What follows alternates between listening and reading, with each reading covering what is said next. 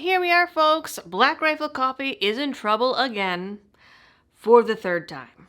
This time we're not just talking about some mean words and bad PR being thrown around. No. This time it's looking like the company is collapsing in on itself under a trifecta of tanking stocks, a fraud investigation, and two lawsuits. We're talking financial fraud, market manipulation, contract violation, huge losses, you name it. Trouble is definitely brewing. Stick around for the details.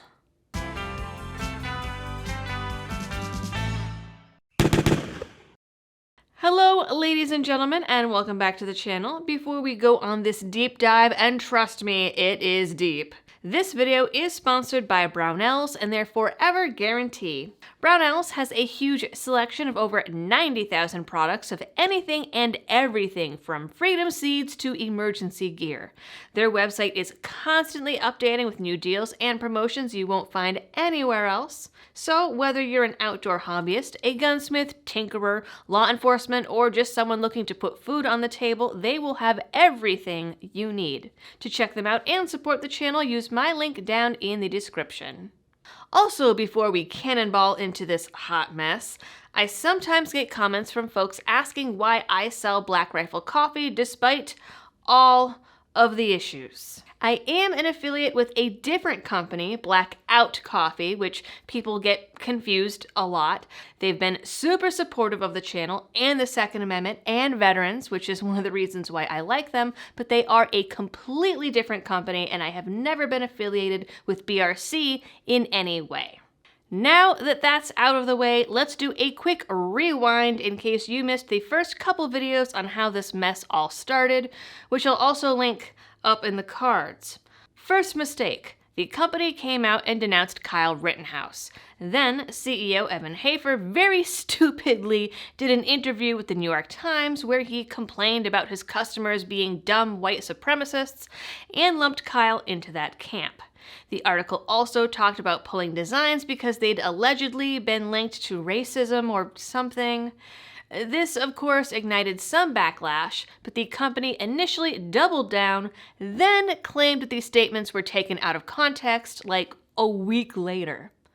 Shortly after, a couple team members did a podcast where, again, they claimed things were taken out of context, but at the same time, again suggested their customers are fat, stupid, racist, military wannabes, and somehow also roped in threats to dox Alex Jones because he talked about the controversy on his show and called the guys pussies over the whole dumb thing.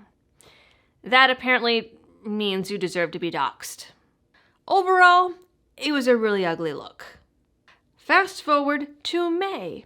We've got a legal company sending a letter to the company accusing it of code of conduct violations, breach of contract, and defrauding customers in order for company bigwigs to line their own pockets, which has also now turned into a class action lawsuit. We've also got an investigation, a second lawsuit, and continually plummeting stocks all coming together over the last month. Now, investing websites are saying to even avoid the company completely because it is flat out unprofitable. By their reports, BRC has only $110 million left on the books, and if the company keeps losing, won't have enough funds to last another year. So, less than 1 year after accusations of going woke, it seems the company is indeed going broke. And the weirdest part?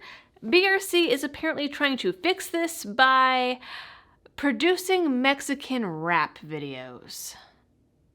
I'm not really sure why. So let's take a closer look at all of this. In November of last year, it was announced that BRC would be going public. The company was doing this via a merger with another company, a special purpose acquisition company, or SPAC, called Silverbox Engaged Merger Corp. The acquisition was expected to turn Black Rifle into a unicorn startup valued over $1.7 billion, with stocks starting at $10 a share. Around this time, there were still a lot of people in the anti-BRC camp, but it had mostly quieted down.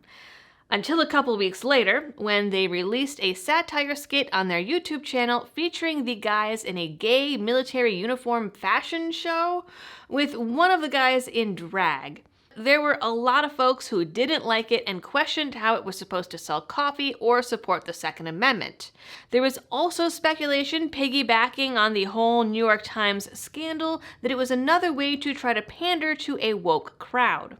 Some conservative YouTubers even called for the company to be canceled over it. Dislikes on the video are no longer visible, but back when they were, it was ratioed hard. In February of this year, the company pulled the trigger, going public and thanking its customers, lol, for making it happen. The press release included some comments from Hafer about wanting to support ethical veterans and creating positivity. These non-deployed or non-service 3%er, right? Hanging out with a bunch of other fat retards like yourself because you're a hater little that's an incel living in your mom's basement. You've not achieved in your life. Like that fat Alex Jones down the road here. And by the way, I'm going to publish his address soon. And now we get to the lawsuits. There's two with the possibility of a third, and there's a lot of overlap on the timeline and a lot of moving parts. Like, enough that we need a flowchart. On May 4th, a securities firm named Hittleman Strunk announced they were investigating the company for securities fraud claims on behalf of some of the company's shareholders. A press release stated there were allegations that BRC Inc. breached their fiduciary duties by prioritizing their own interests when they announced redemption of all outstanding public warrants before properly disclosing the effects of shareholder dilution.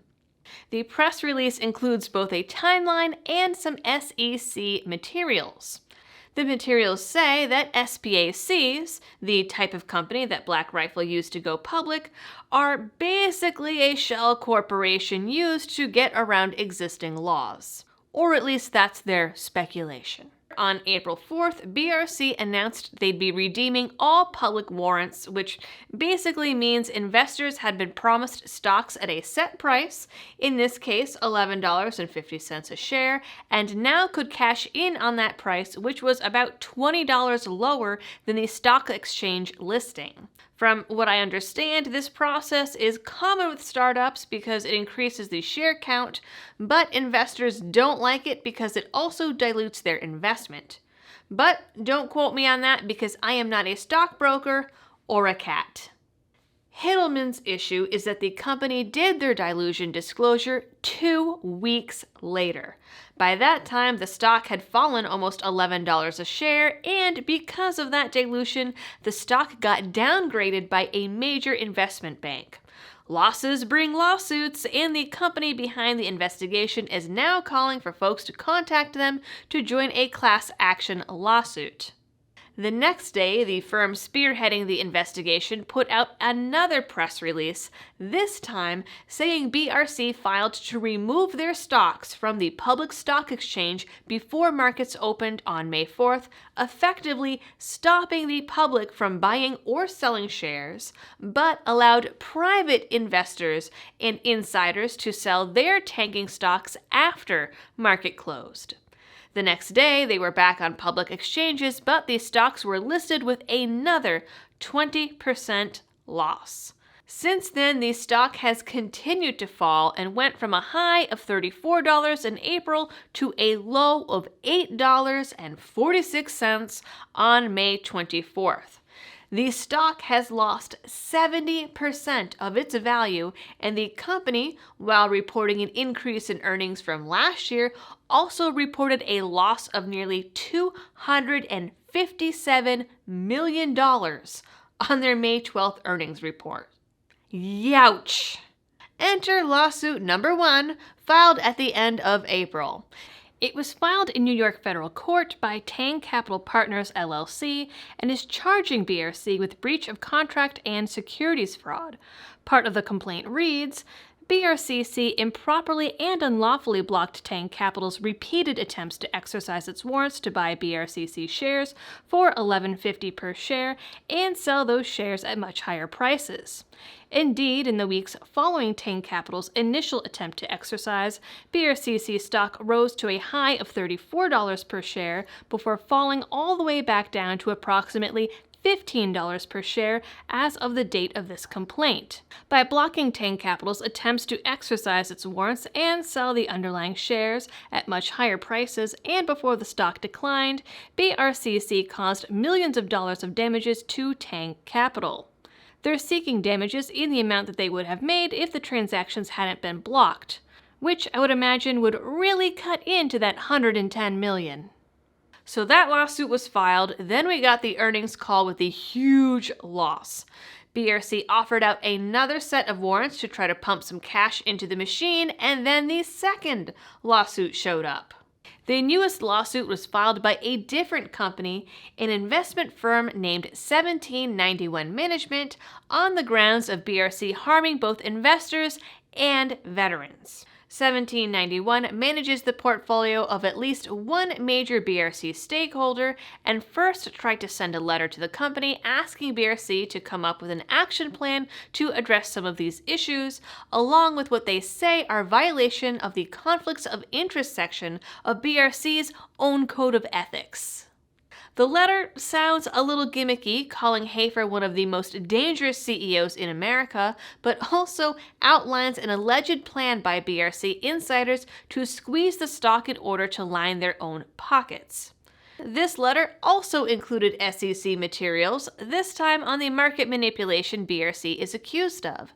It also claims that BRC's CFO has previously been involved in a fraud lawsuit for manipulating stocks of another company. So that's just some extra sauce on this fishy sandwich. The letter also says that BRC neglected to file necessary paperwork within a required time frame, lied about it, and that Hafer awarded himself over 4 million shares, making a collective $89 million from stocks while the company lost $4.8 billion in value. Which, yeah, the math doesn't sound great. A few days later, 1791 filed their lawsuit, suing BRC for violations of security law, breach of contract, breach of fiduciary duty, negligent misrepresentation, and violation of California law, as the lawsuit was filed in California. That part probably doesn't mean much, as pretty much everything except pooping on the sidewalk is illegal in California, but we're talking sprinkles on the sundae at this point. All that being said, is the tanking stock proof of a nefarious plan? The dates don't look good, but not necessarily. It could just be the product of a bad economy and BRC persistently making fun of its customers and shooting itself in the foot.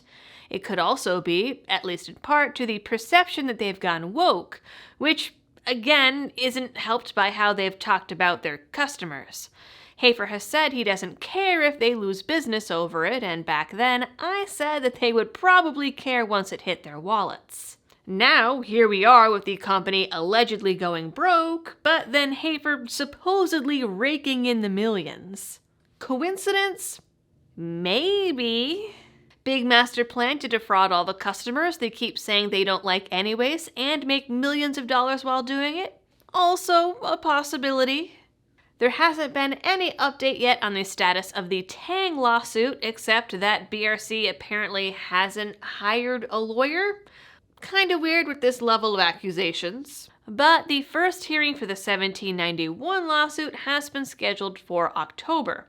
So until then, we won't really know how valid these claims are, or if there's really any meat on the bones of the Hittleman investigation or the 1791 lawsuit. It's entirely possible that all of them are just a bunch of disgruntled shareholders, but it's also just as possible that BRC continues to dig themselves into some deep But hey, we have to admit, BRC puts out some really good YouTube content, so at least that rapper will have some sweet music videos. Whatever the outcome, that is it for today's video. Please like, share, and subscribe if you're new here. Drop a comment down below for the algorithms. And if you like this video and what I do here, you can check out the description for all kinds of other support options, such as Patreon, Subscribestar, and PayPal. As always, thanks for tuning in, stay safe, and happy shooting.